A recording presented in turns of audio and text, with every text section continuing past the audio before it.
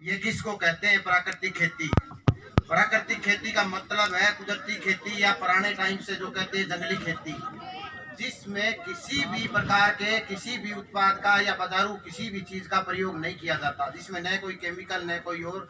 जैसे 17वीं 18वीं शताब्दी के अंदर जो खेती होती थी हमारे पुरखे करते थे, वो खेती कुदरती खेती या प्राकृतिक खेती है, जिसमें टेढ़ा करके वो अनाज बोते थे और एक दूसरे सह फसल से एक दूसरे की वो पूर्ति हो जाती थी। उसमें जीवाणु होते थे जो हमने नष्ट कर दिए हैं रासायनिक खेती से। कुदरती खेती में पहले क्या होता था, मेड़ों के ऊपर धूप होती थी और पेड़ होते थे, उन पेड़ों की छाया के अंदर जीवाणु जो सूक्ष्म जीवाणु है वो काम करते थे। और जब मई जून का महीना आता था तो भी वो जीवाणु है वो सारे के सारे धूप में मर जाते थे और वो खाद का काम करते थे। और कुछ उनके बीज रूप, जैसे हम गेहूं बोते हैं तो सारा नींव हम जो खाते हैं खा लेते हैं, वह बीज के लिए रखते हैं। इसी तरह जो जीवाणुओं का सूक्ष्म जीवाणुओं का जो बीज होता था वो डोले में और वृक्षों की छांव में नीचे रहता था। और जैसे ही बरसात आई, जुलाई का महीना आया सावन भादवा में, और वो सारे खेत में फैल जाते थे और भरपूर पैदावार होती थी। अब क्या करा किसान ने, वो धूप जलाने के लिए तो दवाइयाँ डाल दी बड़ी भयंकर, जिससे बहुत बड़े कैंसर तक की रोग उससे पैदा होते हैं। और जो हमारे मेड़ों पर वृक्ष थे उससे वो भी सूखने लग गए और कुछ हमने निकाल दिए, ऑटोमेटिक भी सूख रहे हैं इस जहर के कारण, रासायनिक खेती के कारण, क्योंकि वो सूक्ष्म जीवाणु मर चुके हैं, बहुत कमी है उनकी उनमें, तो उससे हमारे को बहुत बड़ा नुकसान हो रहा है। तो प्राकृतिक खेती जो 16वीं 17वीं शताब्दी में थी, जब हमारे देश का उस समय भी काम चलता था, और काम ही नहीं चलता था, देश को भारत को सोने की चिड़िया कहा जाता था। उस समय लगभग 50 बिलियन टन अनाज होता था। ठीक है, उसके बाद में जब देश की जनसंख्या बढ़ी, देश को जरूरत पड़ी, तो इस हरित क्रांति को 19वीं शताब्दी में लाया गया। पाश्चात्य देशों से हमारे पेस्टिसाइड और कंपनियां आई और रासायनिक उर्वरक वगैरह आए, उनसे हरित क्रांति तो आ गई। 50 बिलियन की जगह ठीक है 300 बिलियन टन अनाज पैदा होने लग गया, परंतु उससे हमें फायदा क्या मिला? उससे फायदा तो एक ही हुआ, हम 300 बिलियन टन अनाज तक तो यूं ही पहुंच जाते प्राकृतिक खेती से ही, परंतु हमने उसके साथ में हमारे कितने नुकसान कर लिए। हमारे सूक्ष्म जीवाणुओं को खत्म कर दिया, जिससे भूमि का जो जैविक कार्बन है वो 1% से नीचे आ गया। अभी कई जगह तो 0.2, 3 और 5 तक चला गया है।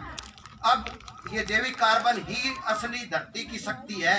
अगर ये 1% होगा तो ना कोई स्प्रे करने की जरूरत है, ना कोई खाद डालने की जरूरत है, बो और काटो और कुछ नहीं करना, बस इसको 1% लाना होगा।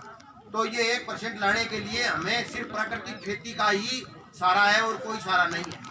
तो ये जो प्राकृतिक खेती है ये मुश्किल नहीं है, कुदरत पर आधारित है, बिल्कुल आसान है, इसमें कुछ करना नहीं होता, इसमें कोई पेस्टिसाइड नहीं डालना, यूरिया डीएपी कुछ नहीं डालना, ना जैविक खेती का भी इसमें जरूरत, ना इसमें वो जीवाणु डालने, कुछ नहीं करना ऑटोमेटिक। परंतु हम एकदम से प्राकृतिक खेती पर नहीं आ सकते, क्योंकि जैसे किसी व्यक्ति को नशे का आती है, उसको नशा छुड़ाना हो तो एकदम से नहीं छुड़ा सकते, धीरे धीरे करना पड़ता है, दूसरी पटड़ी पे लेना पड़ता है। इसी तरह उस पटड़ी पे लेने के लिए क्या है, जैसे अभी 19वीं और 20वीं शताब्दी में जैविक खेती आई है। जैविक खेती में कई कल्चर है, ट्राइकोडर्मा है, और है राइजोबियम है और मेटारिजियम है, ये बहुत से चले हुए हैं। इनको आप ले आके और घर पे इनका, नहीं तो महंगी पड़ती है, फिर तो हम रसायन ही डाल दें, ये महंगी पड़ती है, तो घर पे लाके मल्टीप्लाई करके खेतों में डालेंगे, क्योंकि हमारा जो बीज जीवाणु आ गया खत्म हो गया, तो हम जैविक खेती का सहारा लेकर और उसमें प्राकृतिक खेती की तरफ मुड़ जाएंगे। तो एकदम से कोई व्यक्ति कह दे कि इतनी पैदा हो जाए, नहीं होगी। एकदम रसायन से अगर आप जैविक में आओगे या प्राकृतिक में आओगे तो पैदा आदि हो जाएगी, बिल्कुल मेरे अनुभव से बात कर रहा हूँ मैं। तो आप एकदम से सारे खेत को उसमें आने की कोशिश मत करना, फिर 1 साल में छोड़ जाओगे।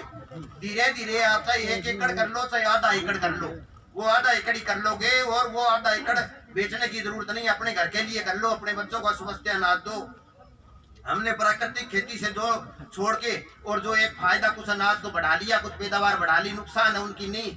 देखो सूक्ष्म जीवाणु खत्म हो गए, जैविक कार्बन खत्म हो गया, भूमि का जल स्तर नीचे बिल्कुल नीचे चले गया, 300 फुट तक चला गया। कारण क्या है, हमारा मित्र जो केंचुआ था वो चला गया, सूक्ष्म जीवाणु चले गए, तो उससे, और तितली मेंढक सारे वो चले गए जो फसलों में कीटों को खाते थे। तो हमने नष्ट तो सारा सिस्टम कर दिया, बिगाड़ दिया सारे सिस्टम को। उसको सुधारने के लिए प्राकृतिक खेती में आना पड़ेगा, परंतु एकदम से नहीं आ सकते।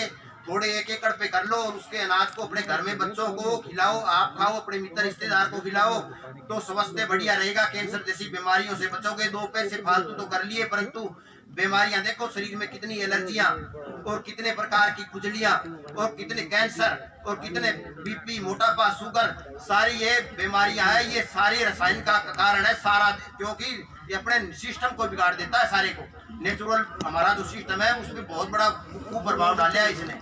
तो हमें जैविक खेती और उसके रासायनिक खेती तो आप जानते ही हो, सब करते हो। ये पेस्टिसाइड डालो और उसमें क्या है, जैसे 50 टन, उस समय 50 बिलियन टन 17वीं 18वीं शताब्दी में पैदा होती थी हमारे अनाज की। उसमें खर्चा क्या था, 0.1% ही नहीं था। आज 300 बिलियन डॉलर से 300 बिलियन टन से ऊपर जा रही है पैदावार अनाज की, परंतु उसमें खर्चा कितना है, 80% तो खर्चे में खत्म हो जाता है जमींदार का सारा पैसा। तो दिखावा करने से कुछ नहीं आएगा। आपकी इनकम तो वो होती है जो प्योरली जेब में बचे, जो आपके पास आए, आप किसी पे आधारित ना हो, किसी के सामने जाके आपको हाथ ना फैलाना पड़े आड़ती के सामने या किसी के भी सामने। इसीलिए आपको बैसाखियों को छोड़कर अपने पैरों पर खड़ा होना होगा आत्मनिर्भर होने के लिए।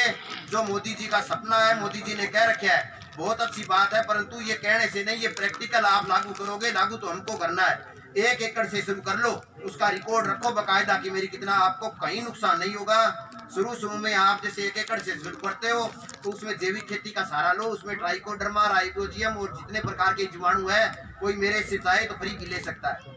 कुछ लोग लेके भी गए हैं। एक बार बनाने होते हैं, ऑटोमेटिक मल्टीप्लाई होते रहते हैं खेत में। हर पानी के साथ ये प्रण कर लो कि 10 घंटे बारी है, 5 घंटे बारी है, तो बारी के साथ वो 5 ड्रम तो चले ही चलेंगे।